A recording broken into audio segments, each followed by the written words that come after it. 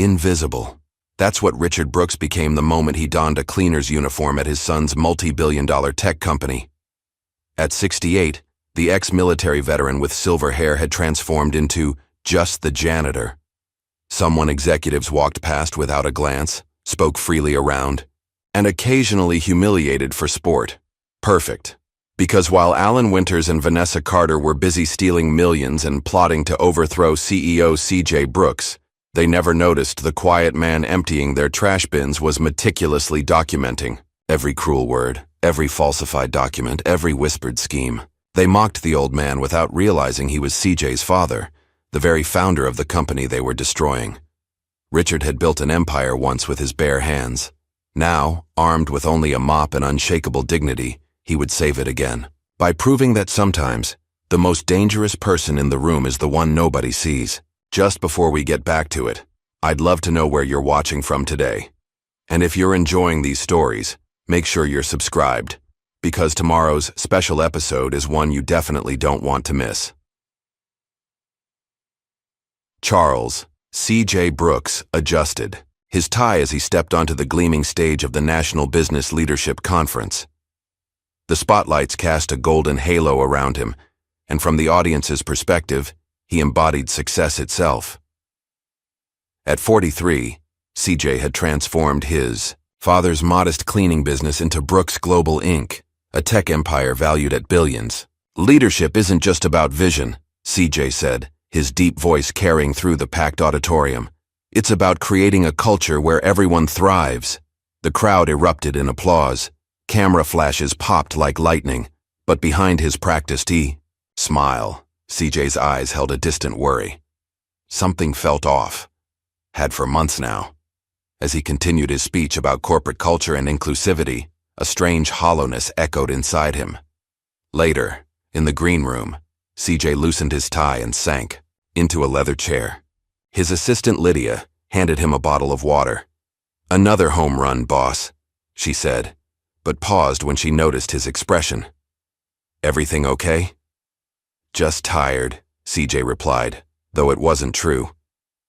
The disconnect between his public message and what he sensed was happening inside his company gnawed at him.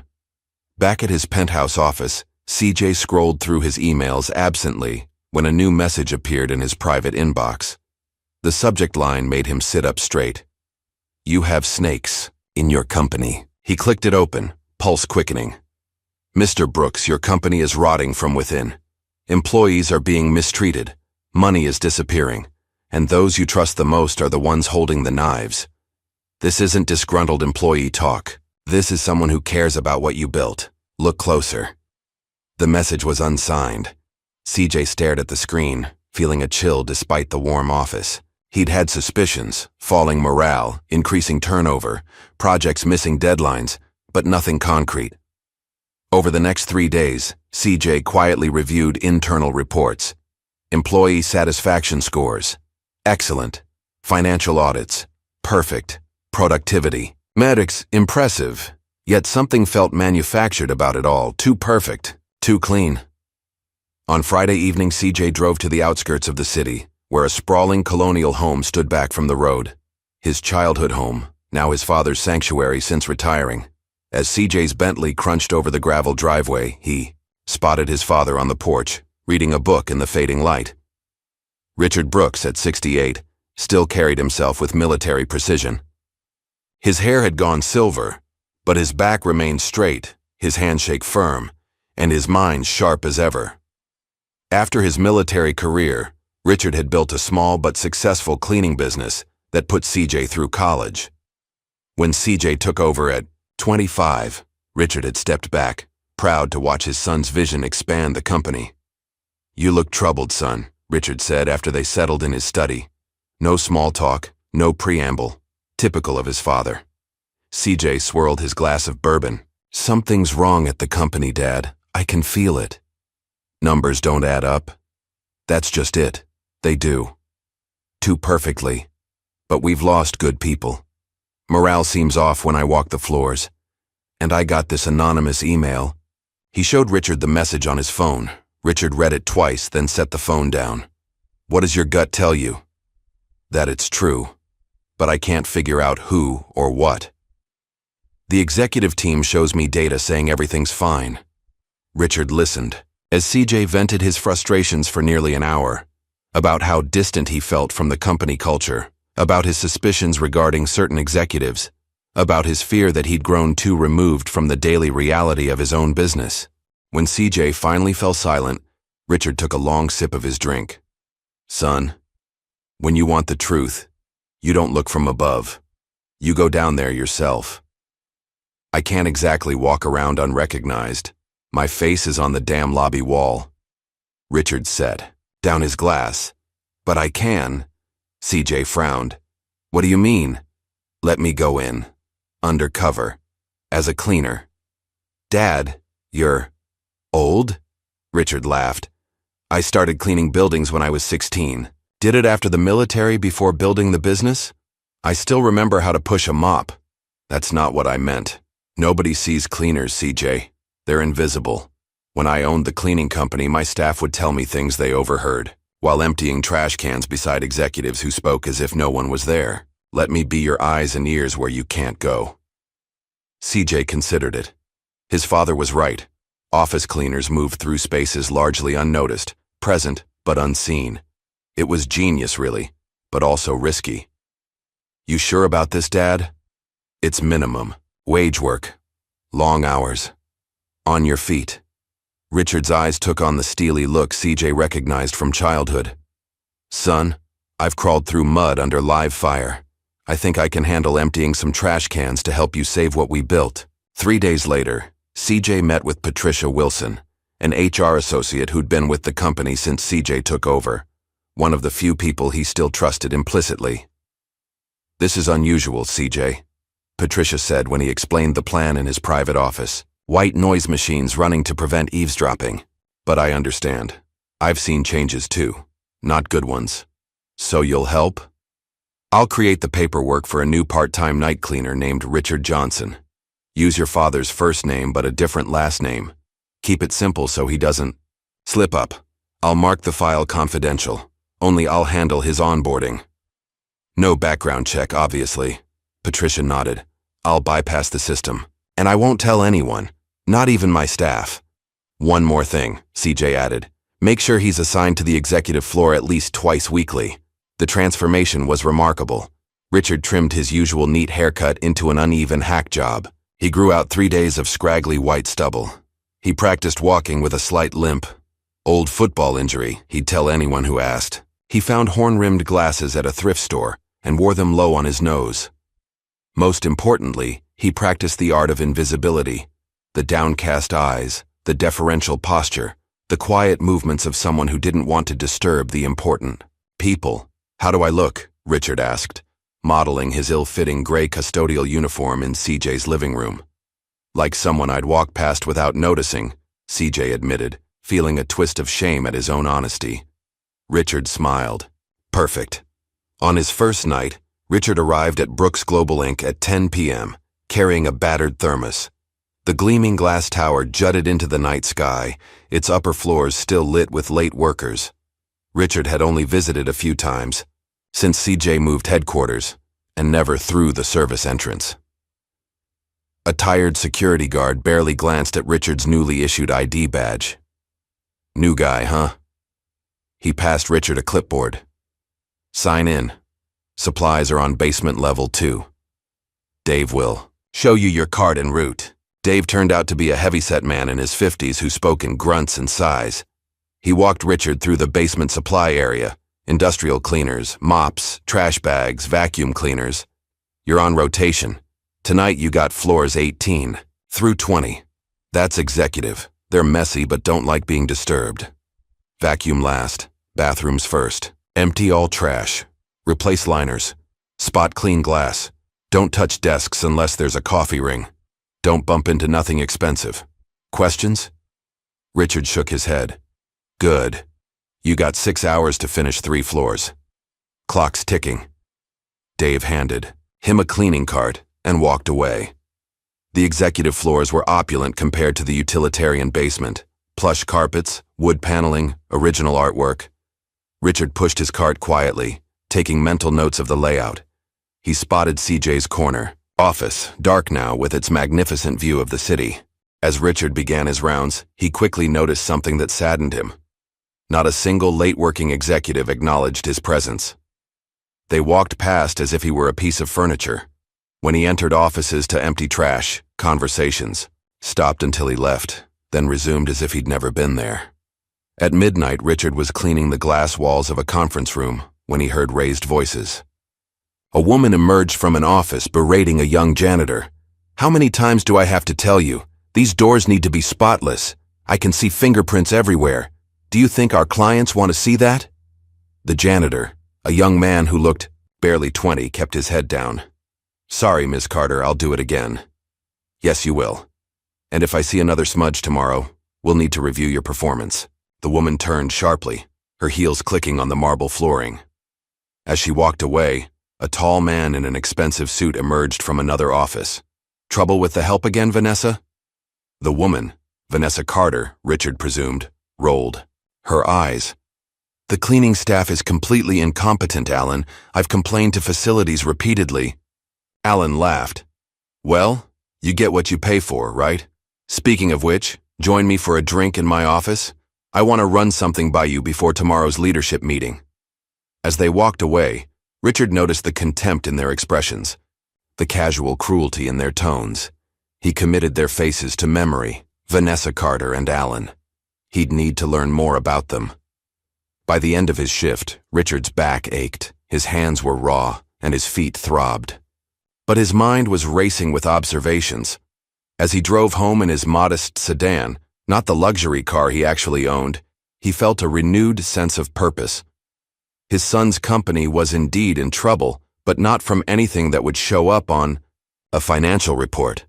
The problem was the culture, and Richard was just beginning to see how deep the rot went. Richard's first week as a cleaner at Brooks Global passed in a blur of observations and quiet note-taking. Each night he'd return to his home and record everything in a secure digital journal for CJ. The pattern was becoming clear. Vanessa Carter, the HR manager, ruled through fear, while Alan Winters, the COO and CJ's supposed childhood friend, enabled and participated in the toxic culture. On Monday, Richard watched Vanessa publicly dress down a marketing coordinator for using the wrong font in a presentation. The young woman nearly burst into tears. "This isn't kindergarten," Vanessa had snapped. "This is a billion-dollar company. Do better or find somewhere that appreciates mediocrity." Later that same day, Richard overheard Alan mocking the same coordinator to other executives. "Did you see her face? Priceless. Some people just can't handle the pressure of real business." By Wednesday, Richard had mapped the social hierarchy of the executive floor. Those in Alan and Vanessa's inner circle enjoyed privileges, praise, and protection. Those outside it were targets, constantly walking on eggshells.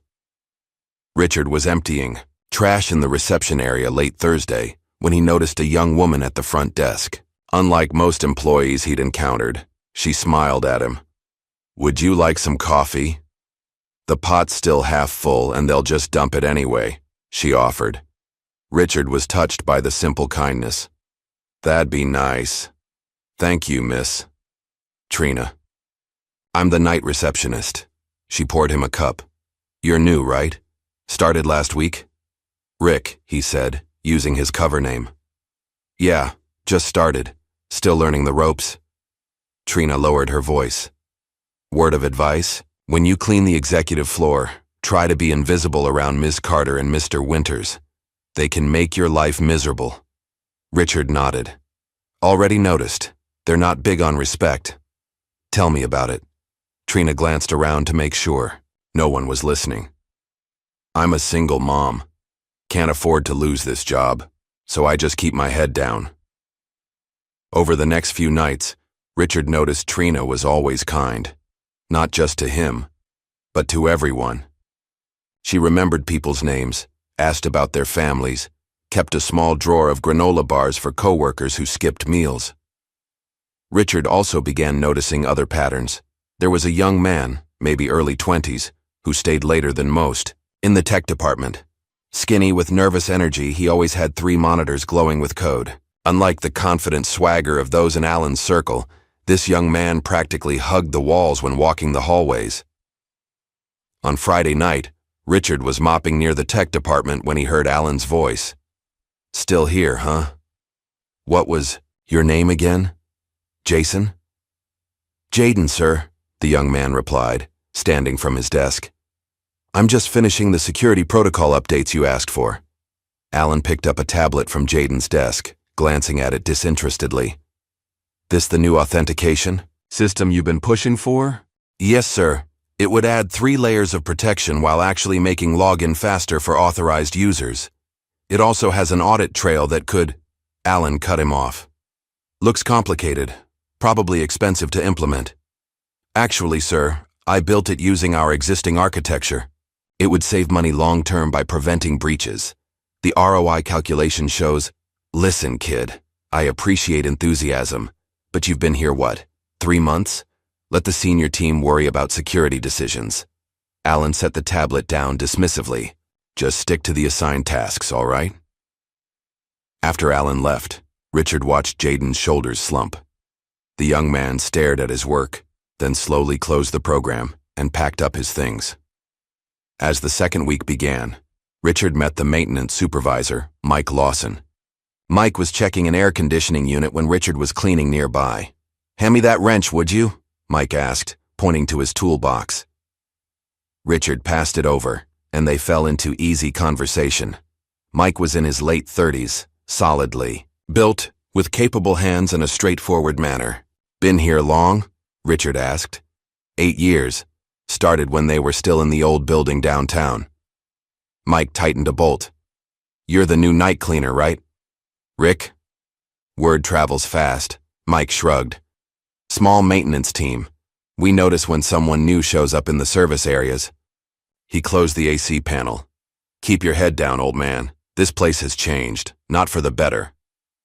Over the next few days, Richard noticed something interesting about Mike. The maintenance supervisor kept a small notebook where he logged repair requests.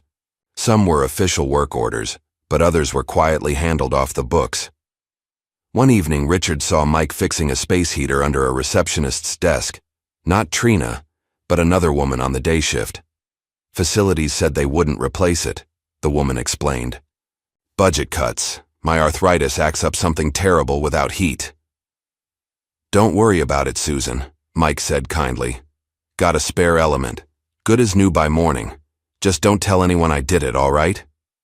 Richard began to realize Mike did this regularly. Quiet fixes, small kindnesses, helping the lower-level staff with repairs when official channels refused. And he never seemed to expect anything in return. On Thursday night, Richard was cleaning the executive conference room when he heard voices approaching.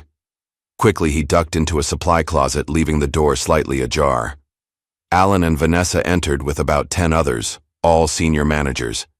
"Closed-door meeting, people," Alan announced, shutting the conference room door. "What's said here stays here." Richard couldn't see much through the crack, but he could hear clearly. "First order of business," Alan said. "Performance reviews. I've got a list of people I think we need to manage out before the next quarter." "The Clark woman in accounting keeps questioning our expense reports," someone said. Vanessa laughed. "Leave her to me. One more mistake on her timesheet, and she's gone." HR's call, after all. They continued, name after name, plotting ways to force out employees who asked too many questions or weren't team players, meaning they didn't play along with Alan's inner circle. Then the conversation shifted. "Project Omega budget," Alan said. "We're showing a cost of $14 million to the board." "Actual cost is closer to 10, a man's voice replied. "Beautiful," Alan said. "The remaining 4 is our operational contingency fund. Speaking of which, Vanessa, how's the Cayman account looking?" "Healthy," she replied. "The dummy consultant invoices are working perfectly. No one questions my sign-off on HR culture initiatives." Richard felt his blood run cold. They weren't just creating a toxic workplace, they were stealing from the company, from CJ. The realization made him grip the mop handle so tightly his knuckles turned white. After the meeting broke up, Richard waited in the closet until everyone had gone. Then he continued his cleaning rounds, mind racing with what he'd discovered. The next night, Richard was cleaning the hallway outside the break room when Vanessa approached with an expensive coffee from the cafe downstairs. "Excuse me," Richard said politely, moving his cart aside. Vanessa barely glanced at him, typing on her phone as she walked. Suddenly, she turned sharply and collided with Richard. Her coffee splashed across his uniform. "Look what you did," she snapped, though she had clearly walked into him. "I'm sorry, ma'am," Richard said, feeling the hot liquid seep through his shirt. "You should be. This was a $20 coffee." She looked at him with disgust. "God, they really hire anyone these days, don't they?" She walked away without another glance, leaving Richard standing there, coffee dripping from his uniform. From around the corner, he heard a faint laugh. Alan's. That night, Richard sat at his kitchen table, typing everything into his secure journal for CJ. He added names, dates, snippets of conversations.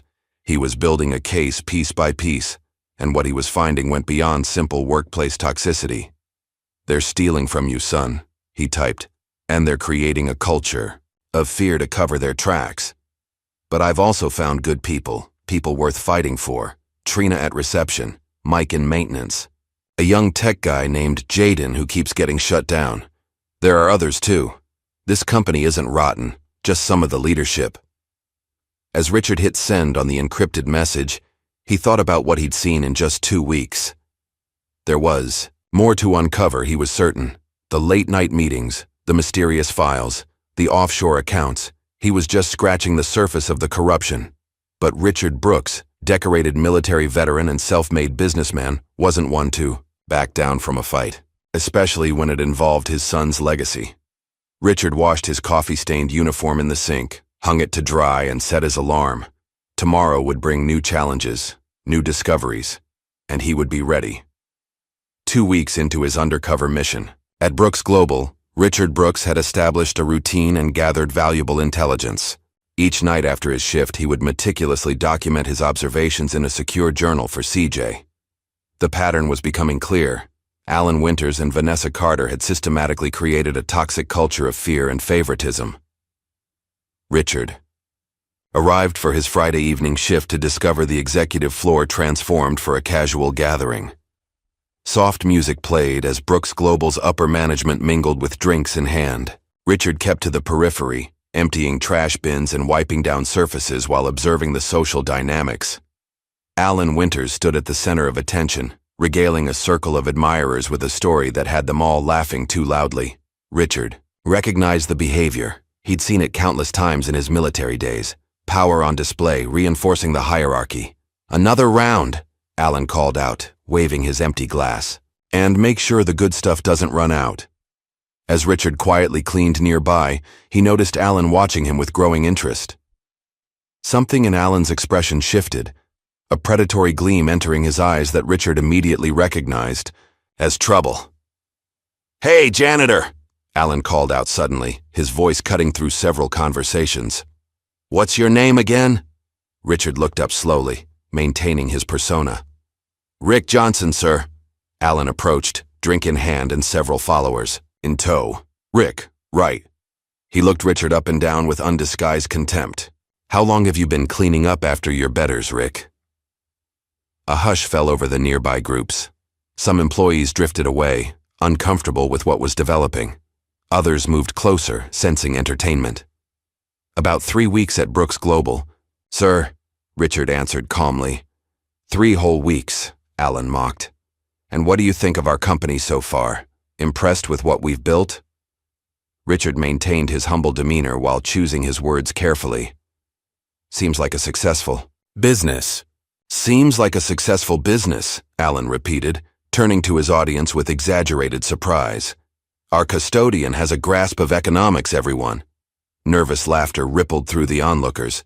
Richard remained silent, recognizing that Alan was looking for a reaction, any sign of anger or humiliation he could exploit. "Tell me, Rick," Alan continued, swirling his drink, "do you actually know what we do here? What Brooks Global actually produces?" "Something with computers, I believe," Richard replied with deliberate vagueness. "Software." This triggered a burst of laughter from Alan and his inner circle. "Something with computers. That's priceless. He turned to a woman beside him.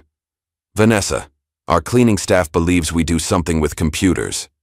Vanessa Carter stepped forward, wine glass in hand, and a cold smile on her face. Well, that explains the quality of the cleaning services. Richard absorbed the insult silently, his military training serving him well.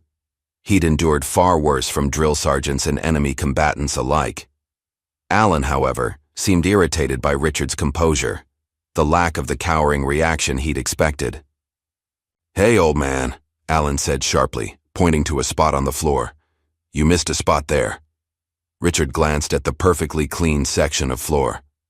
Looks clean to me, sir. A flicker of anger crossed Alan's face at this mild resistance. I said it's dirty, and I'm management, so I outrank your eyes. He looked to his audience for affirmation, receiving obligatory chuckles. Let me help you see it better, Alan continued, his voice hardening. With a sudden motion, he upended his glass of water directly over Richard's head. Cold water cascaded down Richard's face and neck, soaking into his uniform. Gasps and nervous laughter erupted from the gathered employees. Richard stood perfectly, still, water dripping from his chin, his eyes remaining steady and dignified. There, Alan said triumphantly. Now you definitely have something to clean up. Vanessa quickly pulled out her phone and snapped a photo of Richard, water streaming down his face. Best Cleaner Award, she announced, showing the picture to those nearby, who laughed with varying degrees of enthusiasm. From the corner of his eye, Richard noticed Trina watching in horror, her hand covering her mouth. The receptionist looked devastated but frozen in place, no doubt remembering what she had told Richard about needing her job as a single mother. Mike Lawson stood nearby, his hands clenched into fists, fury evident in his expression.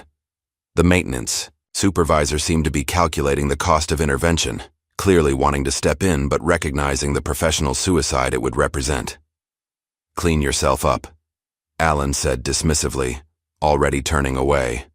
And make sure the bathrooms are spotless before you leave.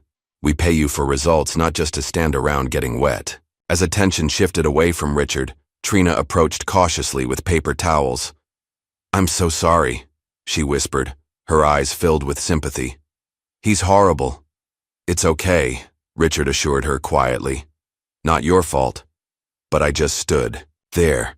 I didn't say anything. You have responsibilities, Richard reminded her. I understand. As Richard dried himself off, Mike managed to approach while pretending to check an air vent. This place is rotten, Rick, he muttered under his breath. They don't respect anyone without a title. Been this way since Alan took over operations. Richard nodded slightly. I'm starting to see that. Some of us are documenting this stuff, Mike continued, keeping his voice low. The harassment, the way they treat people. When the time is right, he trailed off, then shook his head. Just know you're not alone, okay? After his shift ended, Richard retreated to the janitor's closet to change his damp shirt. Alone in the small space, he caught his reflection in a small mirror on the door. Water had plastered his gray hair to his forehead, and his uniform clung uncomfortably to his skin. The image triggered a memory. Himself decades younger, rain-soaked and mud-covered, leading his platoon through a treacherous night mission. He'd earned his first commendation that night, not for heroics but for steady leadership under pressure. Richard straightened his shoulders. This was just another mission. Different stakes, but the same principles applied. Observe, adapt, overcome. Later, that night, in CJ's secure home office, father and son watched the security footage of the water incident together. CJ's expression darkened with each passing moment, his knuckles white as he gripped the edge of his desk. I'm ending this now, CJ said through clenched teeth. We have enough. I'll fire him Monday morning. Richard shook his head. Not yet. What we have proves he's a bully, but we need more on the financial fraud, the offshore accounts, his whole network. They humiliated you, in front of everyone. They tried, Richard corrected, but I've been shot at by people who actually knew how to aim. Alan Winters doesn't scare me. He placed a hand on his son's shoulder. Trust me, a little more time, and we'll have everything we need.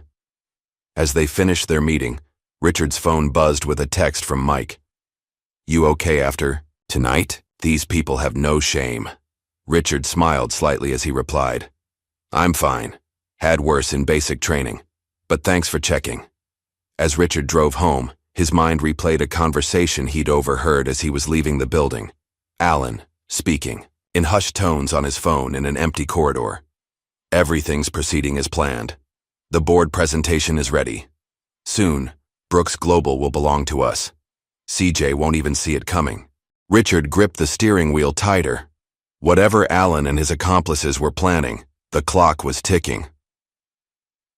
The following Monday, Richard arrived at Brooks Global earlier than usual, using an access card CJ had provided to enter through a service door.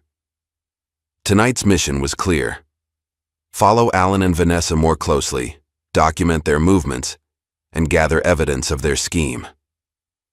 For nearly an hour, Richard moved through the building's maintenance areas, checking in with other workers as if conducting routine inspections. The clipboard he carried and facilities cap pulled low over his eyes provided sufficient cover. At 6:30 p.m., Richard positioned himself near Alan's office, pretending to repair a flickering light in the hallway. From this vantage point, he could observe the COO through the glass wall while remaining partially hidden behind a decorative column. Inside, Alan was engaged in an animated phone conversation, gesturing emphatically while pacing.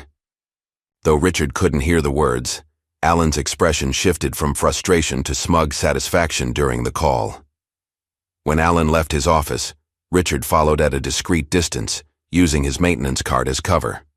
The COO took the elevator to the legal department on the 15th floor, unusual territory for him at this hour. Using his master key, Richard accessed the adjacent file room, which shared a ventilation system with the conference room where Alan had disappeared. Through the vent, Richard could hear voices clearly. "These documents need to be modified before the board meeting," Alan was saying. "The performance metrics for CJ's pet projects are too positive. Adjust them down. Make them look like money." "Pits? That's falsifying company records," a woman's voice responded hesitantly. "That's presenting data in context," Alan countered smoothly. "Look, do you want to make partner or not? This restructuring is happening. You can either be on the winning side or—" "Fine," the woman interrupted. "I'll make the changes. But I want written authorization," Alan laughed. "Of course. I'll have Vanessa draft something on HR letterhead. Very official." An hour later, Richard observed Alan meeting Vanessa in the executive lounge, now empty except for the two of them. Richard positioned himself in the adjacent kitchenette, supposedly cleaning coffee machines while his phone, hidden inside his supply caddy, recorded their conversation. "The legal team is on board," Alan told Vanessa, keeping his voice low. "The board presentation is ready. We're showing CJ's vision initiatives as major financial drains while our offshore operations look like the company's salvation." "And the board will believe that?" Vanessa asked, sipping her wine. "They'll believe the numbers, and the numbers will say whatever we tell them to say." Alan loosened his tie. "Once we trigger the confidence vote, CJ is done. The board will install me as interim CEO. You'll get operations. And within 6 months we sell to Global Tech for our asking price. And our friends in the Caymans will be very happy with their returns." Alan raised his glass. 2 more weeks, and Brooks Global has new ownership. Richard felt his heart pounding as the full scope of their plan became clear. This wasn't just embezzlement. It was a complete corporate takeover. Alan was falsifying data to convince the board to remove CJ, presumably so they could sell the company for personal profit. As Richard processed this information, a new complication emerged. While backing away from the kitchenette, he bumped into a serving tray, sending silverware clattering to the floor. "What was that?" Vanessa's voice rang out. Richard quickly dropped to his knees, gathering the scattered utensils as Alan appeared in the doorway. "Just the cleaning guy," Alan said dismissively. "Clumsy as usual." Vanessa appeared behind him, eyes narrowing as she recognized Richard. "You again. The water didn't improve your competence, I see." Richard kept his head down. "Sorry about the noise. Almost done here." Alan stepped closer, looming over Richard. "You know, Rick, I've been meaning to ask." Were you anywhere near the executive lounge earlier? Trina mentioned seeing a maintenance worker, but maintenance says they didn't schedule any repairs. Richard felt a chill but kept his expression neutral. Just routine cleaning, sir. Coffee machines get pretty dirty. Alan studied him for a moment longer, suspicion evident in his eyes. Make sure you finish quickly. We're having a private discussion. The next morning, Richard received an urgent text from CJ. They're moving faster than we thought. Board presentation, scheduled for next Friday, not end of month. This accelerated timeline meant Richard had less than 2 weeks to gather conclusive evidence of the conspiracy. He needed allies, and he knew exactly where to start. During his lunch break, Richard found Trina sitting alone in the staff cafeteria, reviewing documents while picking at a salad. Mind if I join you? Richard asked. Trina looked up, surprised but pleased. Rick. Of course. She moved her papers aside. How are you doing after, Just fine, Richard assured her, setting down his lunch. Water dries. Trina lowered her voice. Everyone's talking about it. Some people thought it was funny, but most were disgusted. No one should be treated that way. Has it always been like this? The culture here? Trina sighed. No. It used to be different.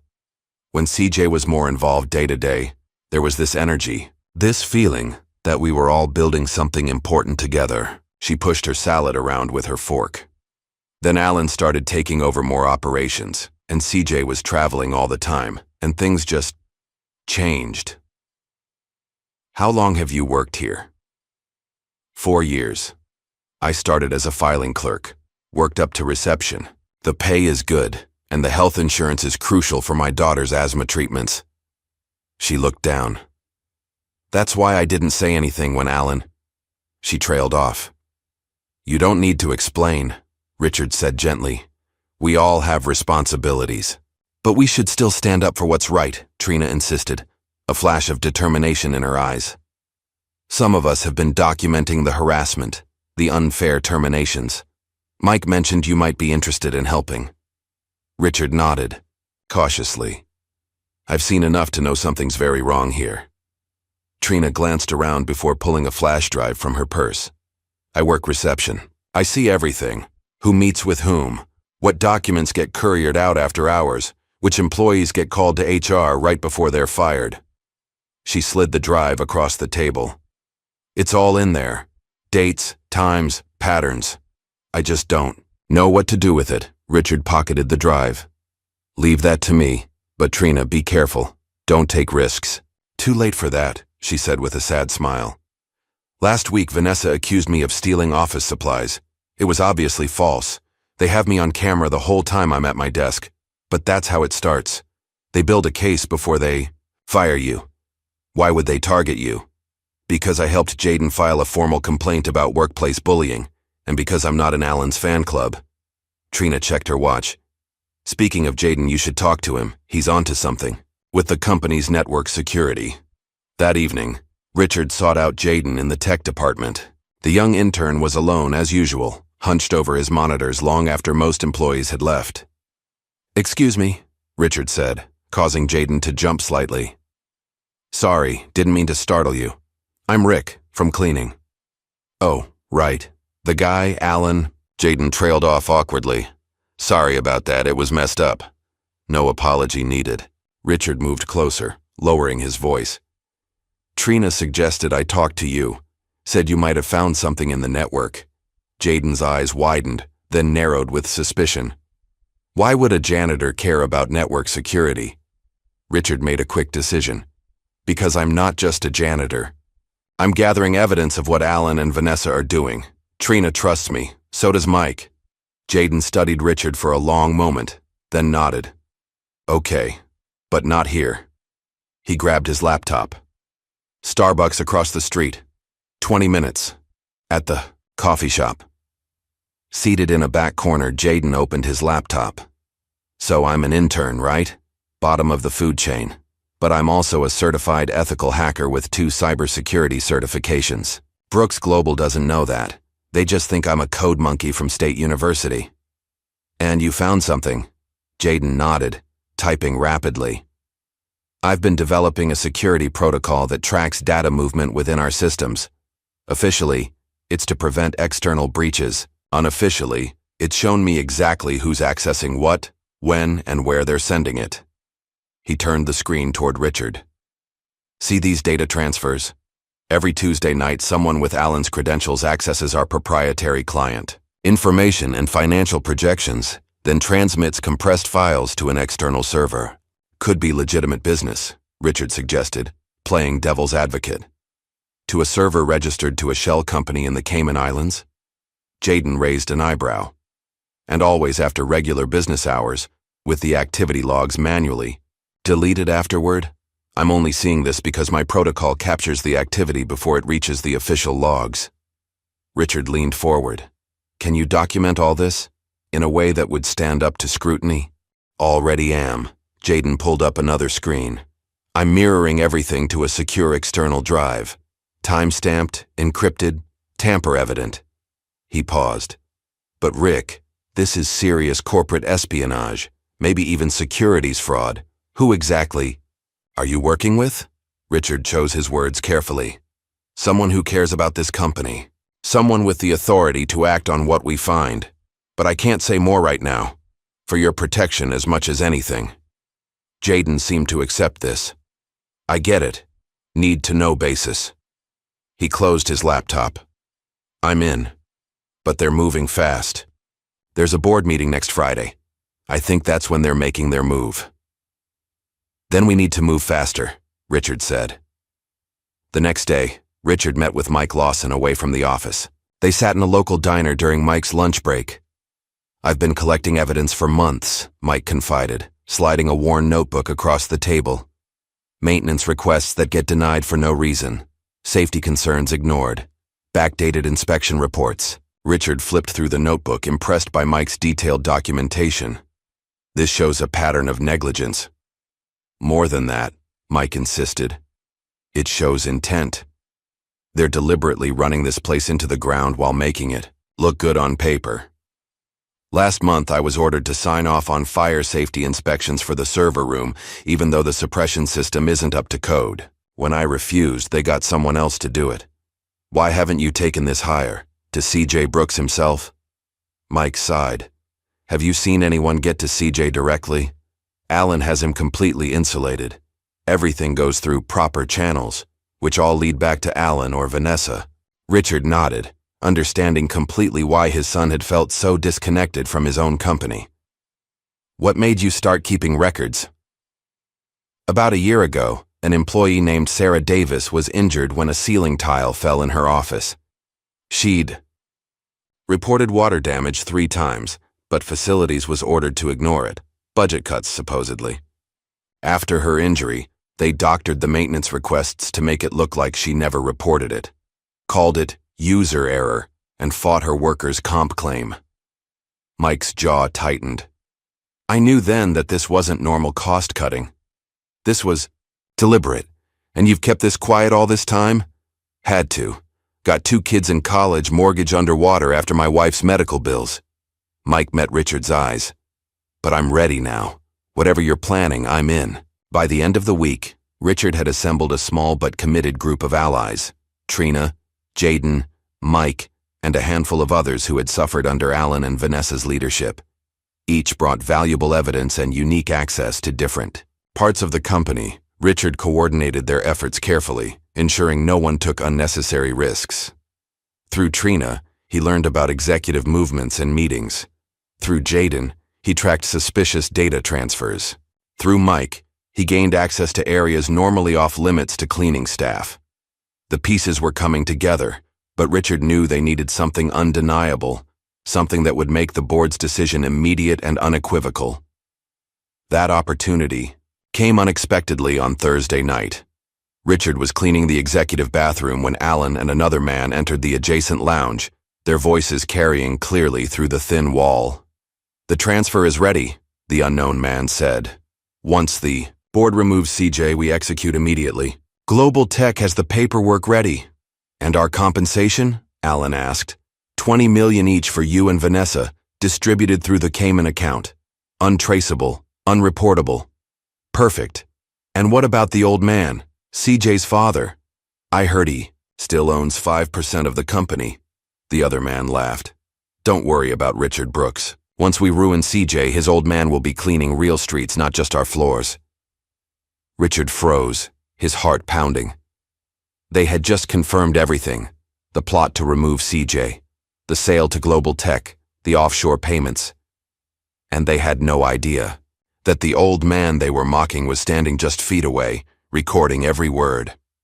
As Alan and his companion left, Richard pulled out his phone and sent an urgent message to CJ. They're moving faster than we thought. We need to execute now.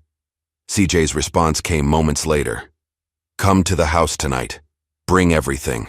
It's time. As Richard gathered his cleaning supplies, he felt a strange mix of emotions.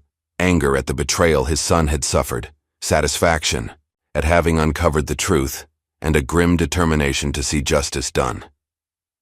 Whatever happened next, Alan Winters and Vanessa Carter were about to learn a painful lesson. Never underestimate a father's love for his son, or a cleaner's ability to uncover your dirtiest secrets. CJ Brooks sat alone in his home office, the only light coming from multiple screens displaying security footage from Brooks Global Inc. For weeks now, this had become his nightly ritual.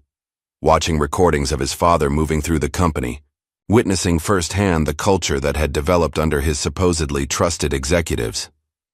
Tonight, he rewound the footage of Alan Winters pouring water over his father's head for the third time. Each viewing sent a fresh wave of anger through him. CJ paused on his father's face, dignified even in humiliation, eyes steady and unbroken. I should have ended this already, CJ muttered to himself, rubbing his temples. CJ's phone chimed with a text from his assistant. Security delivered another package from R. R was their code for Richard, part of the elaborate security system they'd established to keep their communication private. The package contained another flash drive. Richard had been careful to never send sensitive information electronically. CJ plugged it in and began reviewing the contents. Audio recordings, financial records, documented patterns of harassment. The evidence was mounting, but CJ knew they needed something irrefutable, something that even the board members allied with. Alan couldn't ignore. His father's most recent message suggested they were closer than ever to finding that smoking gun. Meanwhile, across town, Richard Brooks sat in a small 24-hour diner with Ms. Evelyn, an elderly woman who had been cleaning at Brooks Global for nearly 20 years. At 73, Evelyn was the senior member of the cleaning staff, respected by the other cleaners and largely invisible to executives.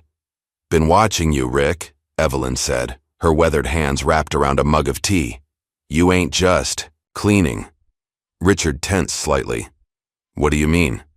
You ask too many questions. Watch too carefully. Take too many bathroom breaks with that phone of yours. Evelyn's eyes twinkled. Don't worry. Your secret's safe with me. Whatever you're doing, I hope it works. This place needs fixing. Richard studied her face, then made a decision. What was it like before? When CJ first took over? Evelyn's face softened with nostalgia. That boy had a vision. Treated everyone like they mattered, from the programmers to us cleaners. Used to bring donuts to the night shift sometimes. Knew people's names. She shook her head sadly. Then the company got bigger. He got busier. Started listening to that snake Alan. How did Alan get so much power? Little by little. Started with small things, convincing CJ to let him handle the day-to-day headaches, so CJ could focus on the big picture. Then he brought in Vanessa to run HR. Evelyn's face hardened. That woman's ruined more careers than I can count. Good people forced out, bullied into quitting, or set up to fail. Richard leaned forward. Set up how? They got a whole system. First, they isolate you, change your assignments, move your desk, turn coworkers against you.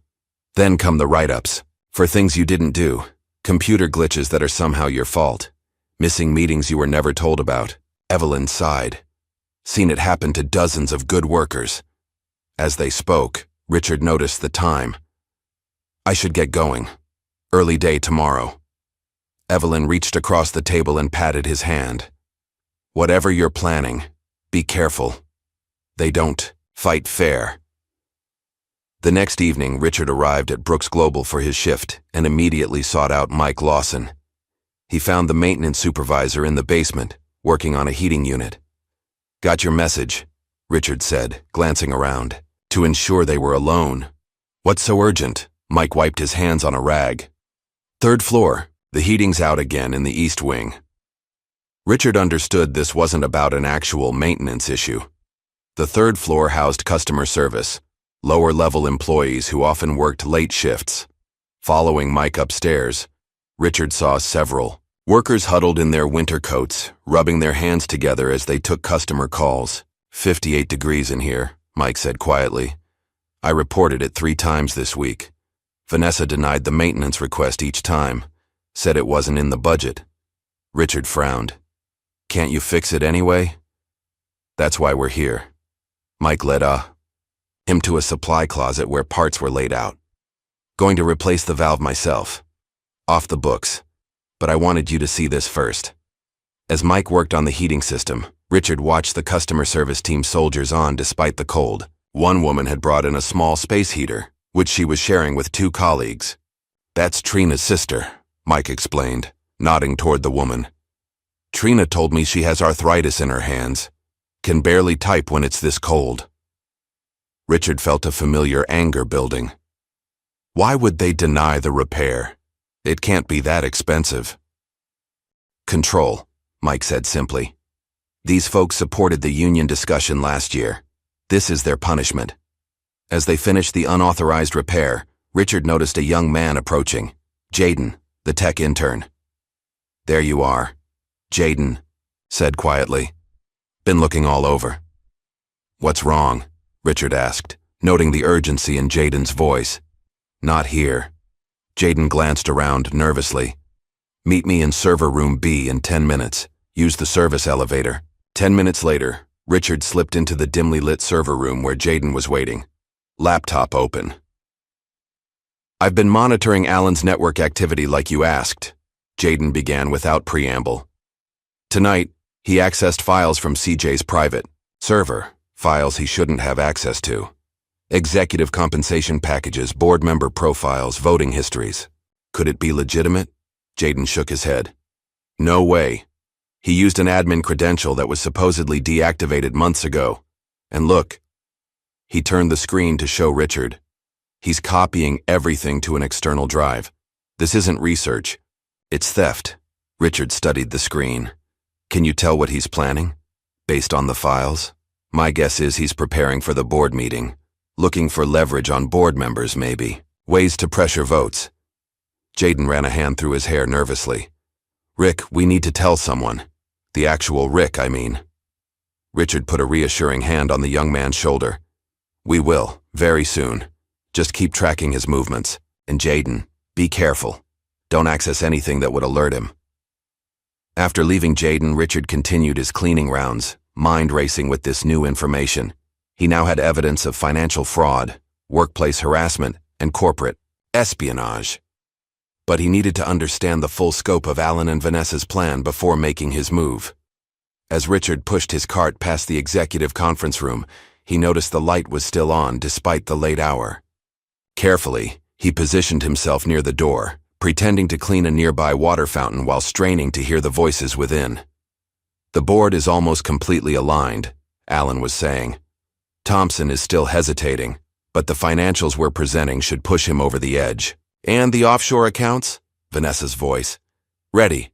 Once the vote passes, we initiate the transfer and announce the global tech acquisition.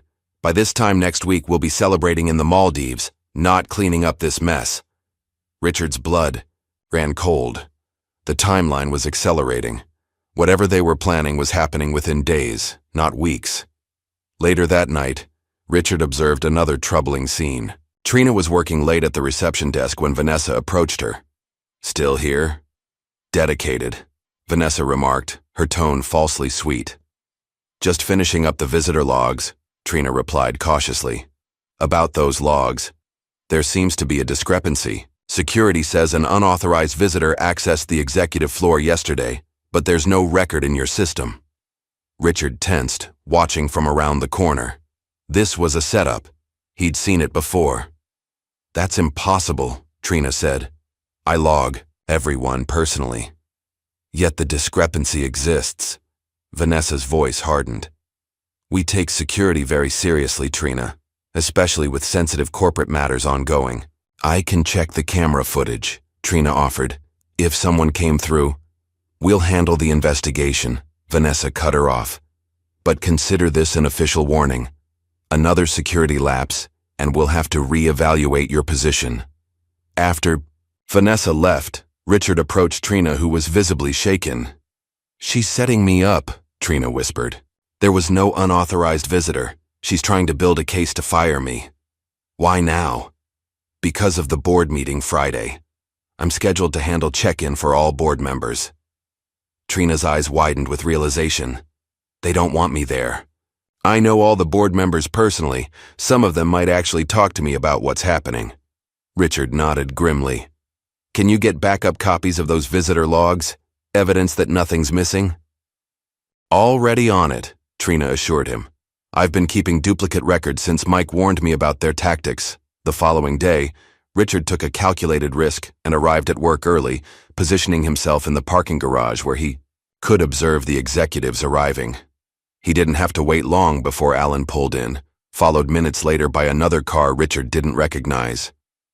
A distinguished-looking man in his 60s emerged. Lawrence Fullerton, according to the U.S. visitor badge he was subsequently issued. Richard recognized the name from company materials, a senior partner at Global Tech, the company allegedly planning to acquire Brooks Global. Using his maintenance badge, Richard followed at a distance as Alan escorted Fullerton to a small conference room off the main executive suite, not the usual meeting spot for official business. Richard stationed himself in an adjacent utility closet where he could hear through the thin wall. The board vote is practically guaranteed, Alan was saying. 7-2, possibly 8-1. CJ won't know what hit him. And the paperwork? Fullerton asked. Ready to execute immediately after the vote. We'll announce the acquisition as a rescue plan. Global Tech stepping in to stabilize Brooks Global after leadership concerns. The share price will drop the moment the vote happens, Fullerton noted. Exactly. We buy at the bottom, merge, and restructure. Your company gets Brooks's technology at a fraction of its value. We get our consulting contracts and exit packages. Richard had heard enough. This wasn't just a corporate takeover, it was a coordinated attack on his son's company, designed to devalue it for personal gain. That night, Richard made his riskiest move yet. After most employees had left, he used the access card CJ had provided to enter Alan's office. He needed hard evidence of the conspiracy, something undeniable. Working quickly, Richard photographed documents on Alan's desk, including what appeared to be draft contracts with Global Tech. He also placed a small recording device underneath Alan's desk, one last attempt to capture damning evidence before they executed their plan. As Richard was finishing, he heard voices approaching. He barely made it into a storage closet before Alan and Vanessa entered the office. Everything's ready, Alan said, shutting the door. Tomorrow's our dry run. Friday's the real thing. The presentation looks convincing, Vanessa replied. CJ's initiatives shown as financial drains, your projects as the only profitable segments. And the best part? It's all technically true. If you look at the data the way we've presented. Alan laughed. The board won't have time to dig deeper before voting. What about after, when they realize? By then the deal is done. We're rich. Global Tech handles the fallout. Alan's voice turned contemplative. You know, I almost feel bad for CJ. He really believed all that crap about building something meaningful, about integrity and innovation. He's weak, Vanessa said dismissively. This company needs someone willing to do whatever it takes. Someone like me. Alan's smug satisfaction was audible. After they left, Richard emerged from hiding, his resolve strengthened. He now understood the full scope of their plan, and how little time remained to stop it. The next morning, Richard met CJ at a secluded location outside the city. He handed over the latest evidence and explained what he'd discovered. They're presenting doctored financial data to the board on Friday, Richard explained, making your initiatives look like failures while presenting Alan's projects as successes. Then they'll call a confidence vote, remove you as CEO, and sell the company to global tech at a fraction of its value. CJ studied the documents, his expression darkening. And they've been setting this up for months, building a case against me while stealing from the company. He looked up at his father. We have to move now. No more waiting. Richard nodded. I agree. But we need to be smart about this. If we just present financial evidence, they'll claim it was a misunderstanding or accounting differences. We need something that shows their character, something the board can't ignore. Like the water incident, CJ suggested. Exactly, but more. We need to show the pattern of behavior, how they treat people, how they've corrupted the company culture. Richard leaned forward intently. Son, you built Brooks Global on respect and innovation. They've turned it into a place of fear and cruelty. That's the real crime here. CJ's expression hardened with determination. Then that's what we'll show the board. Not just the financial fraud, but the human cost. He checked his watch. I'll call an emergency all-staff town hall for Monday morning. Right, before the board meeting. That gives us the weekend to prepare. Perfect, Richard agreed. One more week undercover. One final piece of evidence to collect. Alan Winters was having an excellent week. The board presentation was ready. The documents for the global tech acquisition were prepared. CJ Brooks remained oblivious to the coup about to unfold. Everything was proceeding perfectly. There was just one small irritant Alan couldn't seem to shake. That stubborn old janitor with the annoyingly dignified bearing. Something about the man bothered Alan. Most employees cowered when Alan flexed his authority. They showed appropriate fear. But this Rick person merely endured, his eyes betraying neither intimidation nor respect. It was insulting. And Alan Winters did not tolerate insults. Friday evening found the executive floor buzzing with activity. Alan had organized another, casual get-together for his inner circle, a celebration of their imminent victory, though only a select few knew the real reason for the festivities. Richard arrived for his shift, aware this might be his last opportunity to gather evidence.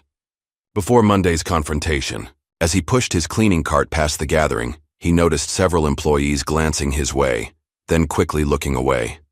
Something felt off. Alan spotted Richard, and a slow, predatory smile spread across his face. Well, if it isn't our favorite cleaner. He approached Richard, drink in hand. Happy Friday, Rick.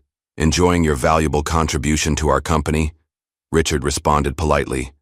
Just doing my job, sir. Your job. Alan swirled his drink thoughtfully.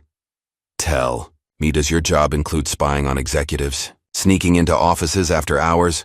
Planting recording devices? Richard's heart sank. They'd found the device. But he kept his expression neutral. I'm not sure what you mean, sir. Oh, I think you do. Alan's voice hardened. Security found your little toy under my desk this morning. Not very sophisticated, rather disappointing, really. Several employees had gathered to watch the confrontation. Vanessa joined Alan, her smile razor sharp. The question is, Alan continued, who are you working for? A competitor? The press? He stepped closer. Or maybe you're just a disgruntled employee with delusions of whistleblowing? Richard remained silent, calculating his options. His cover was blown, but Alan didn't seem to know his true identity, at least not yet. No answer? Alan raised an eyebrow. Let me make this simple. You're fired, effective immediately. Security will escort you out. He turned to the onlookers. Let this be a lesson. Corporate espionage will not be tolerated at Brooks Global. A security guard approached, but Richard raised a hand. No need. I know the way out. He turned to leave, but Alan wasn't finished. One more thing, Alan called after him. The COO grabbed a glass of water from a nearby table. You missed a spot. With a dramatic flourish, Alan poured the water over Richard's head for the second time, eliciting gasps and nervous laughter from the crowd. Water dripped down Richard's face and soaked his uniform collar. Clean that up, old man, Alan sneered. Richard slowly wiped his face with his sleeve, then looked Alan directly in the eyes. For the first time, he allowed his military bearing to show, shoulders squared, chin up, eyes unflinching. "I believe that's your mess, Mr. Winters." The room fell silent at Richard's unexpected dignity. Several employees looked distinctly uncomfortable. Trina watched from the reception desk, her expression horrified. Mike Lawson stood nearby, his hands clenched into fists. "Get him out of here," Alan ordered the security guard, his voice betraying a flash of uncertainty. As Richard was escorted to the elevator, he caught Trina's eye and gave her a barely perceptible nod. She understood the signal. Their contingency plan was now in effect. Hours later, as midnight approached, C.J. Brooks sat in his home office, listening to his father recount the events of the evening. "They found the recording device," Richard explained. "Fired me on the spot." "This changes our timeline," C.J. replied, pacing the room. "They'll be suspicious now. Might accelerate their plans. Or they might think the threat is neutralized." Richard pulled out his phone. "Either way, we've got our final piece of evidence." "The water incident?" Richard nodded. Trina had her phone ready, got the whole thing on video, high definition with audio. He played the clip for CJ, who watched with mounting anger as Alan humiliated his father for the second time. "That's it," CJ said decisively. "No more waiting. We move now." He picked up his phone and sent a text to his assistant. "Operation Clean Sweep is a go. Alert the team." Over the weekend, CJ assembled a crisis team of trusted allies, attorneys, security experts, IT specialists, and loyal executives who had been kept out of the company's daily operations during Alan's reign. They worked around the clock, compiling evidence, preparing legal documents, and coordinating with law enforcement. Richard, meanwhile, activated the network of employees he'd cultivated over the past weeks. Trina secured visitor logs and recorded conversations. Jaden downloaded network activity logs showing Alan's unauthorized access. Mike gathered maintenance, records proving deliberate neglect of employee safety. By Sunday night, everything was in place. CJ sent a company-wide email announcing an emergency all-staff town hall at 9 a.m. Monday, just 2 hours before the board meeting where Alan planned to initiate his takeover. Monday morning arrived with a buzz of anticipation throughout Brooks Global. Employees filled the massive atrium at the heart of the building, speculating about the unusual all-staff meeting. Many hadn't seen CJ in person for months. At precisely 9 a.m., security teams quietly moved into position at key points throughout the building. IT specialists activated protocols that locked down certain systems and revoked specific access credentials. Alan and Vanessa arrived together, looking confident but slightly puzzled by the unexpected gathering. They took positions near the front, where a small stage had been set up with a podium and large screen. At 9:05, a side door opened and Richard walked in, still wearing his cleaner's uniform. A murmur rippled through the crowd. "What's the janitor doing here?" someone whispered loudly enough for others to hear. Alan spotted Richard and frowned. "How did he get back in the building?" "I fired him Friday." Before Vanessa could respond, another door opened, and C.J. Brooks strode in, looking imposing. In a perfectly tailored suit, the crowd fell silent as he took the stage, his expression unreadable. "Good morning, Brooks Global," C.J. began, his deep voice carrying throughout the atrium. "I've been away too long, and for that, I apologize. But today, I'm back to address something critical to our company's future." Alan shifted uncomfortably but maintained his composed expression. "Before we begin," CJ continued, "I'd like to introduce someone special." He gestured toward Richard. "Some of you know him as Rick, the cleaner, but his real name is Richard Brooks, my father." A collective gasp swept through the crowd. Alan's face drained of color. Vanessa grabbed the edge of a nearby table for support. "For the past month, my father has been working undercover in our company. Not because I didn't trust you." CJ looked out at the employees, but because I sensed something was wrong and couldn't see it from where I sit. The large screen behind CJ came to life, showing security footage of Alan pouring water over Richard's head during the first incident. What my father found was disturbing. A culture of fear, harassment, intimidation. The screen changed to show more clips, Vanessa berating employees, Alan mocking staff members, both of them laughing at workers' struggles. But that was just the surface, CJ continued, his voice hardening. Below it, he discovered something far worse. The screen now displayed financial records, email exchanges, and recordings of Alan and Vanessa discussing offshore accounts and their plan to sell Brooks Global. Corporate espionage, financial fraud, conspiracy to commit securities fraud. CJ's words fell like hammer blows. All orchestrated by people I trusted to help lead this company. Alan stepped forward, his face a mask of indignation. This is absurd. You're taking things out of context. The board has already seen this evidence, CJ interrupted. They've been reviewing it since 6 a.m. In fact, he checked his watch. They should be reaching their decision right about now. On cue, CJ's phone buzzed. He glanced at it, then looked directly at Alan and Vanessa. Effective immediately, Alan Winters and Vanessa Carter are terminated from Brooks Global Inc. Their access is revoked. Their company accounts are frozen pending investigation. The atrium erupted in shocked whispers. Security personnel moved toward Alan and Vanessa, who stood frozen in disbelief. You can't do this, Vanessa sputtered. We built this company while you were off playing celebrity CEO. Actually, Ms. Carter, came a new voice from the back of the room. A man in a suit stepped forward, flanked by 2 officers. We have some questions for you as well. He held up a badge. FBI, Financial Crimes Division. We'd like you both to come with us. As security escorted Alan and Vanessa toward the federal agents, Alan locked eyes with Richard one last time. The former COO's face contorted with fury and humiliation, a mirror image of what he had inflicted on others for so long. This isn't over, Brooks, Alan shouted as he was led away. But his threats rang hollow in the face of the overwhelming evidence against him. After they were gone, CJ addressed the stunned employees again. Today marks a new beginning for Brooks Global, a return to our core values of respect, innovation, and integrity. He paused, looking out at the sea of faces. I failed you by becoming disconnected from the company culture. That ends now, CJ gestured to Mike Lawson, who looked surprised to be singled out.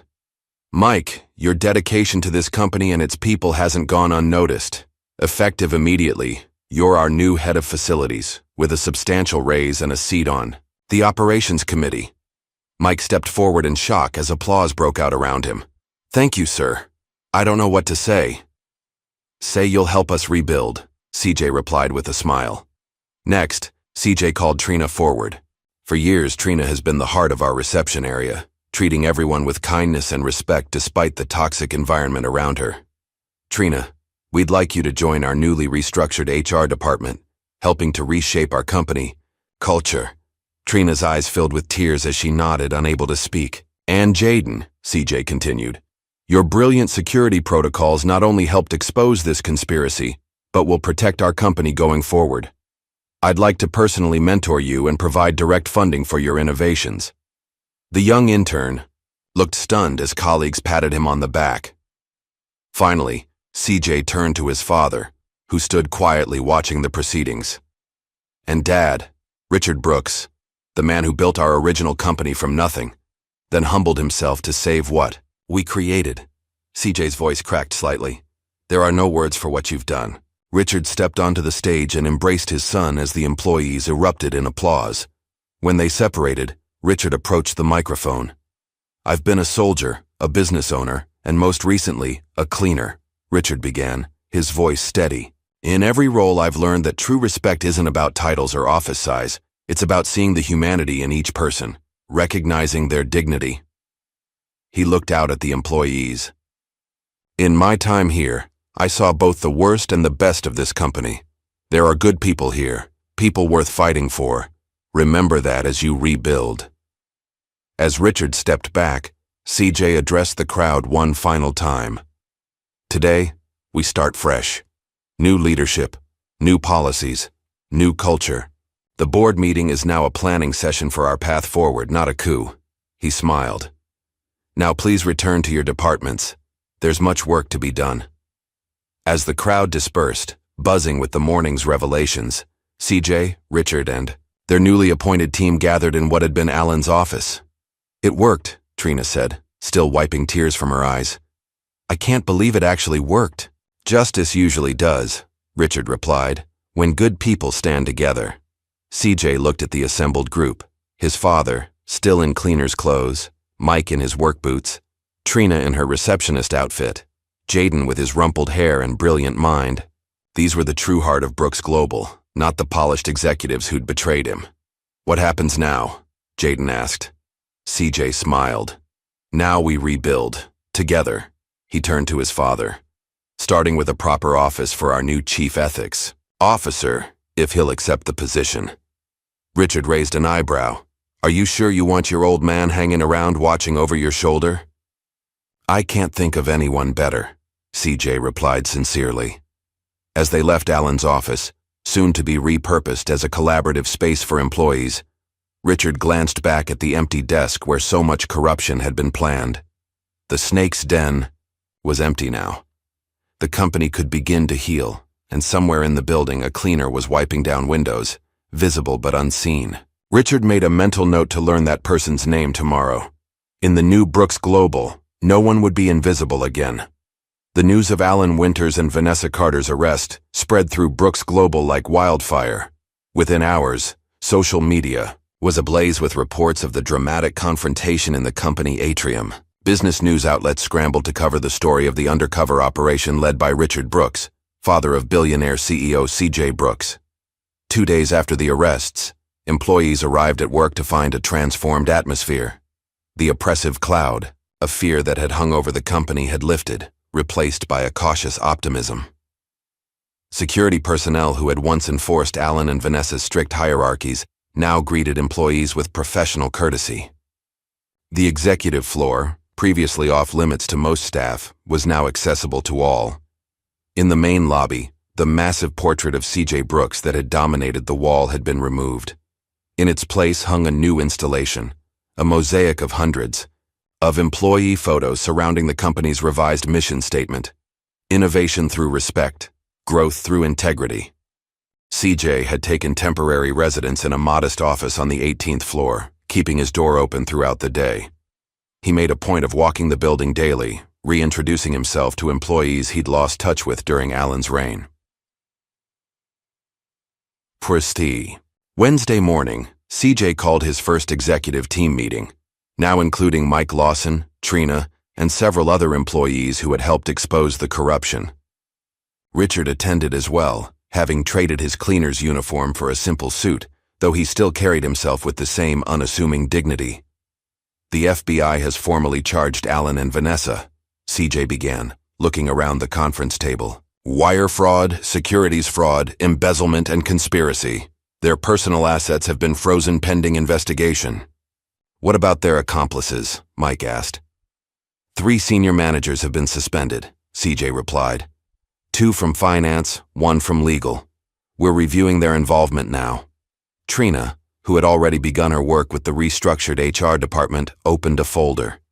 We've identified 12 employees who were directly involved in the harassment campaigns against whistleblowers. 4 have resigned already. And Global Tech? Richard inquired. They're claiming they had no knowledge of Alan's illegal activities, CJ said with a skeptical smile. Just a legitimate acquisition interest. Their CEO called me personally to apologize for any misunderstanding. Convenient, Richard remarked dryly. Very, CJ agreed. But the important thing is moving forward. The board has given us complete authority to restructure the company. The meeting continued as they discussed immediate priorities, reviewing all terminations from the past 2 years, auditing finances, establishing new reporting structures, and creating genuine channels for employee feedback. Later that morning, a small crowd gathered in the lobby as police officers escorted Vanessa Carter through the building.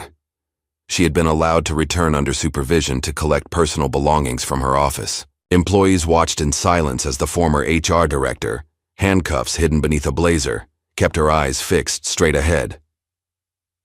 As Vanessa passed the reception desk, she paused briefly, her eyes meeting Trina's. For a moment, the power dynamic that had defined their relationship for years was inverted. Trina, now seated behind what had been Vanessa's desk, looked back with quiet confidence, not triumph, but resolution. Time to go, Ms. Carter, the officer said firmly, guiding her toward the exit. Upstairs, CJ was meeting with a young software engineer named Sarah Davis, the same employee Mike had mentioned who had been injured by a falling ceiling tile and then denied workers' compensation. "I never thought I'd be sitting here," Sarah said, looking around the executive office with wonder. "After my injury, I almost gave up fighting. The medical bills were crushing me, and HR kept denying my claims." "That stops now," CJ assured her. "We're retroactively approving all legitimate workers' comp claims from the past 3 years, and I want to personally apologize for what you experienced." Sarah's eyes widened. "You don't need to apologize, Mr. Brooks. It wasn't your fault." "But it was my company," CJ replied solemnly. "My responsibility. I lost touch with what was happening here, and people suffered for it. That's on me." After Sarah left, Richard entered CJ's office carrying 2 cups of coffee. "That was a good thing you did there," he said, handing a cup to his son. CJ accepted the coffee gratefully. "It's just the beginning. We've got dozens more cases to review. People who were fired for questioning, Alan or Vanessa, others who quit rather than compromise their integrity. One step at a time, son," Richard advised, settling into a chair. "Trust has to be rebuilt gradually." "I know," CJ sighed. "I just can't believe how blind I was. All those reports saying everything was fine while the company culture was rotting from within." "Manipulation is what Alan does best," Richard reminded him. "He isolated you systematically, controlled what information reached you. Classic tactics." CJ nodded, then reached for a folder on his desk. "The board approved our restructuring plan this morning. Every recommendation, no objections." He slid the folder toward his father. "Including your appointment as chief ethics officer. If you're still interested." Richard opened the folder and examined the offer letter. "Are you sure about this? I'm not exactly corporate material." CJ laughed. "After what you just pulled off? Dad, you're exactly what this company needs. Someone who sees everyone from the cleaning staff to the C-suite. Someone who understands that a healthy company isn't just about profit margins." Richard considered the offer thoughtfully. "Part-time," he said finally. 3 days a week. I'm still planning to enjoy my retirement." His eyes twinkled. "And I want a dedicated budget for employee initiatives, not just talk, real resources." "Done." CJ agreed immediately. "Whatever you need." By Friday, the transformation of Brooks Global was in full swing. In the wake of the scandal, employees who had previously kept their heads down were coming forward with ideas, innovations, and suggestions. Jaden, the tech intern who had helped expose Alan's network activities, led a presentation on his security protocol enhancements. "This system creates 3 layers of protection, while actually simplifying the user experience," Jaden explained to a packed conference room, his former nervousness replaced by growing confidence. "And the audit trail component would have flagged Alan's unauthorized access immediately." "How soon can you implement it?" CJ asked from the back of the room. Jaden looked momentarily surprised by the CEO's presence. "With a proper team? 2 weeks for core functions, a month for full deployment." "You'll have whatever resources you need," CJ promised. "This is exactly the kind of innovation we've been missing." After the presentation, CJ approached a side table, where an elderly woman was setting out coffee and pastries. "Ms. Evelyn, isn't it?" he asked, remembering his father's description of the senior cleaner. The woman looked up in surprise. "Yes, sir, that's me." "My father speaks highly of you," CJ said warmly. "Says you kept this place running long before I took over." "Just doing my job, Mr. Brooks," Evelyn replied, though she stood a little straighter at the recognition. "Well, your job is important, and I'd like to recognize that." CJ handed her a small envelope. "We're dedicating the new staff lounge in your name, the Evelyn Washington Lounge, for 20 years of loyal service." Tears welled in the elderly woman's eyes as she accepted the envelope. "I don't know what to say." "Just keep telling it like it is," CJ smiled. "This company needs more truth-tellers like you." Meanwhile, Mike Lawson was conducting his first meeting as head of facilities, addressing his former colleagues with characteristic straightforwardness. "Things are changing, but our priorities remain the same. Keeping this building safe and functional for everyone who works here. Mike explained. "The difference is, now we'll have the budget and authority to do it right. One of the maintenance." Workers raised his hand hesitantly. "Does this mean we can finally fix the heating system on 3? Mike smiled. "Already scheduled for tomorrow. No more budget constraints when it comes to basic working conditions." As the first week of the new Brooks Global drew to a close, CJ called another all-staff meeting. This time, the atmosphere in the atrium was entirely different. Expectant, rather than fearful. Engaged, rather than resigned. "I want to thank everyone for their patience and commitment during this transition," CJ began. "In just 1 week, I've seen extraordinary examples of resilience, innovation, and integrity throughout this company." He gestured to where Richard stood quietly at the side of the stage. "My father taught me long ago that a business is only as good as its people. I lost sight of that lesson, but I won't again." CJ proceeded to outline the concrete changes already implemented. A whistleblower protection program with real teeth, transparent salary bands to ensure fair compensation, a genuine open-door policy for all management, and a commitment to promote, from within, whenever possible. "But most importantly," CJ continued, "we're establishing a company culture where respect isn't just a word on a mission statement. It's how we operate every day, at every level. Where innovation isn't stifled by hierarchy, but encouraged regardless of title or tenure." As the meeting concluded, employees filed out with a renewed sense of purpose. Many stopped to thank Richard, who accepted their gratitude with humble nods and handshakes. "How does it feel?" CJ asked his father as they watched the atrium empty. "Like we've taken the first step on a long road," Richard replied. "But it's a good road." That evening, news broke that would solidify the company's transformation in the public eye. Alan Winters and Vanessa Carter had accepted plea deals, admitting to all charges in exchange for reduced sentences. The story dominated business headlines, with many outlets contrasting the toxic culture they had created with CJ's swift, decisive response. As Richard drove home that night, he reflected on the extraordinary weeks he'd spent as a cleaner in his son's company. The exhaustion and humiliation had been real, but so too had been the profound insights he'd gained. Sometimes the most valuable perspective came from the least prestigious position. He thought of Mike, Trina, Jaden, Ms. Evelyn, and the many other employees who had quietly maintained their integrity despite the corrupting influence around them. They were the true foundation of Brooks Global, not the executives who had betrayed. Richard smiled to himself as he turned onto his street.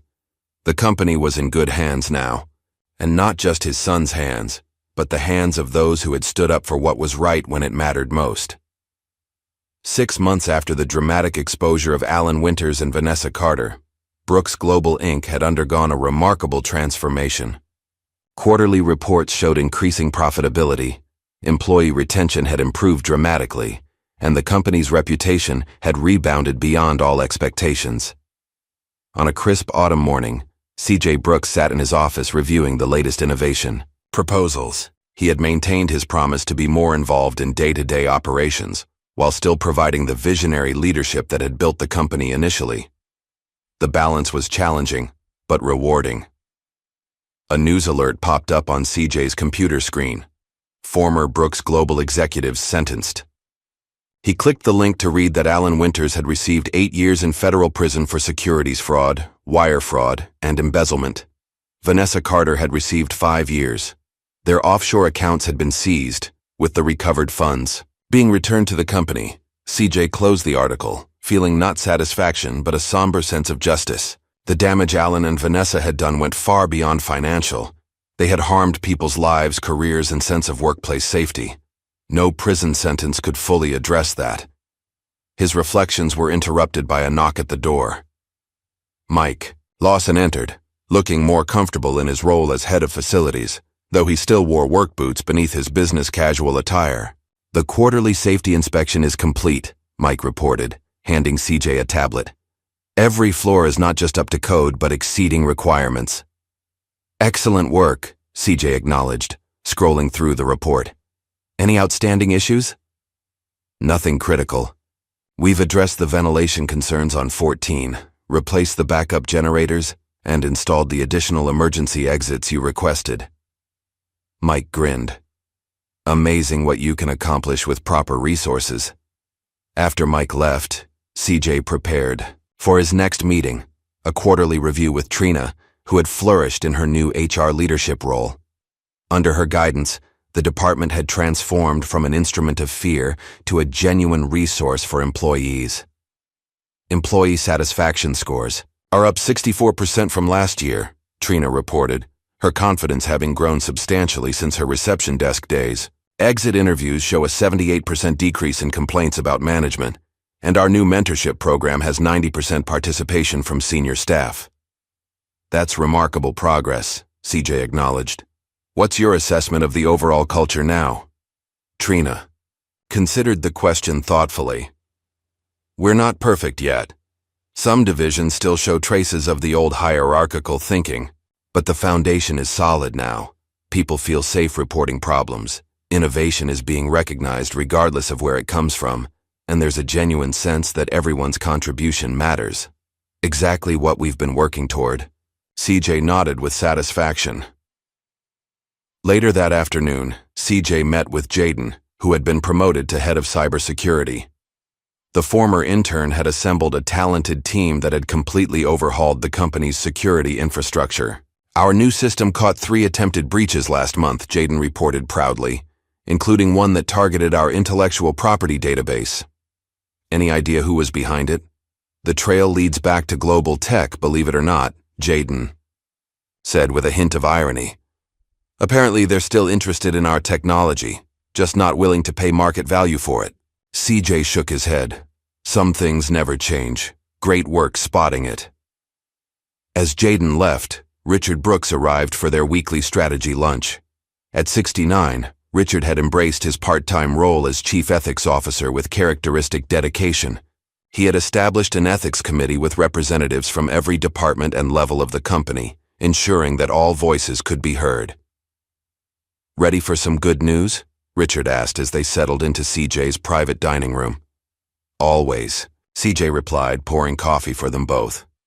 The Brooks Scholarship Fund has selected its first recipients, Richard announced. 20 employees' children will receive full college funding, no strings attached. CJ smiled broadly. The scholarship had been Richard's idea, a way to invest directly in employees' families and futures. That's fantastic, Dad. When can we announce it? I was thinking at the company picnic next weekend. Make it a celebration. After lunch, Richard excused himself, mentioning a special project he needed to check on. CJ returned to his afternoon meetings, unaware of what his father had planned. That evening, as most employees were heading home, Richard Brooks slipped into a small storage room and emerged wearing his old cleaner's uniform.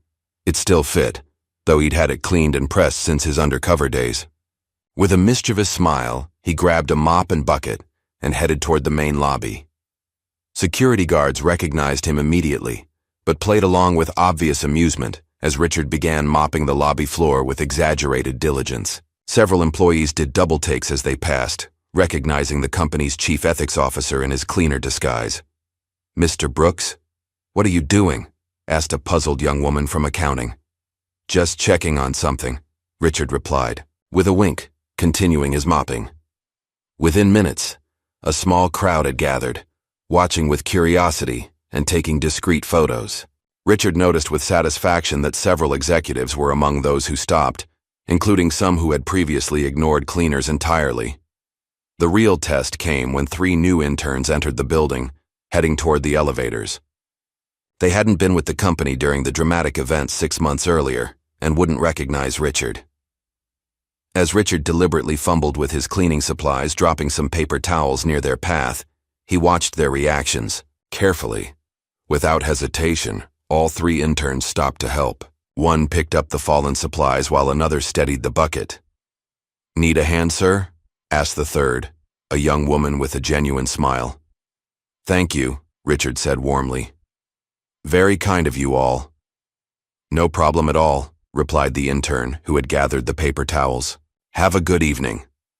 As they walked away, Richard felt a profound satisfaction. The culture had indeed changed. not just at the executive level, but throughout the organization. Small acts of kindness and respect had become the norm, not the exception. Later, Richard changed back into his regular clothes and made his way to CJ's office, where his son was wrapping up for the day. "Dad, I thought you'd left hours ago," CJ said, looking up from his computer. "Had a little experiment to run," Richard explained, dropping into a chair with a contented sigh. "Good news. It passed with flying colors." CJ raised an eyebrow. "Do I want to know?" "Probably not," Richard chuckled. "But I can tell you this. We've made real progress. Not just policy changes or public relations moves. Real, cultural change. That's what matters most," CJ agreed, shutting down his computer. "By the way, this was in today's mail." He handed his father an envelope. Richard opened it to find a simple note that read, "Respect earned. Mission accomplished." It was unsigned. "Any idea who sent it?" CJ asked. Richard smiled thoughtfully. "I have my suspicions. Might be the same person who sent that first anonymous warning about snakes in the company. You think it was Mike? Or Trina, maybe?" "Could be," Richard mused. "Or maybe Ms. Evelyn. She sees everything, that one." The next morning, CJ arrived early to find his father's handwritten quote already framed and hanging on his office wall. "True leadership begins when you see everyone." He stood before it for a long moment, reflecting on how close he had come to losing everything that mattered. Not just his company, but the vision and values it had been built upon. That afternoon, Brooks Global hosted a major tech conference in their redesigned atrium. The event showcased Jaden's revolutionary security software, which was now being marketed as a standalone product. Industry leaders and press filled the space as the young developer presented his creation with newfound confidence. This technology wouldn't exist without Brooks Global's commitment to fostering innovation at every level, Jaden explained to enthusiastic applause. "They gave me the resources and mentorship to turn a concept into reality." In another corner of the building, Trina was conducting a workshop on empathy in leadership, a program she had developed based on her experiences. Human resources professionals from other companies listened attentively as she shared practical strategies for creating psychologically safe workplaces. The old model of fear-based management doesn't just harm employees, it destroys value, Trina explained. "When people are afraid to speak up, innovation dies, problems go unreported, and the best talent leaves." Meanwhile, Mike Lawson settled into his new office on the executive floor. Unlike most of his neighbors, Mike had kept his space deliberately simple: functional furniture, practical storage, and a few family photos. His work boots still sat by the door, a reminder of where he had come from and the knowledge that had earned him his position. As evening approached, CJ took a moment to walk through the building, observing the transformed company his father had helped him reclaim. Employees spoke freely, collaborating across departments without artificial barriers. Laughter could be heard from meeting rooms. People from every level greeted each other by name in the hallways. Near the main entrance, CJ paused to watch a cleaner wiping down the glass doors. For a moment, he saw his father in the man's careful movements, in the dignity of his labor. "Good evening," CJ said warmly. The cleaner looked up, momentarily surprised to be addressed by the CEO. Then he smiled. "Good evening, Mr. Brooks." As CJ walked to his car, he noticed other employees passing the same cleaner. One by one, they offered their own greetings. "Good evening. Have a good night. See you tomorrow." Small gestures, perhaps, but in them, CJ saw the fulfillment of his father's wisdom. A company where everyone was seen, everyone was valued, and respect flowed not from titles but from a shared humanity. The culture they had rebuilt would face new challenges, of course, but its foundation was now unshakable, built on integrity, strengthened by crisis, and sustained by the everyday actions of people who understood that true success came not from power over others, but from bringing out the best in each other. The company had come full circle, returning to its founding principles while evolving into something stronger. And it had all begun with Richard Brooks, a father who cared enough to start over at the bottom, proving that sometimes the clearest view comes from the most humble position. What would you be willing to sacrifice to save something you built with your own hands? And who among us is truly invisible in your world today? If this story of dignity and justice spoke to you, hit that like button and subscribe for more tales of courage that will make you question everything you thought you knew.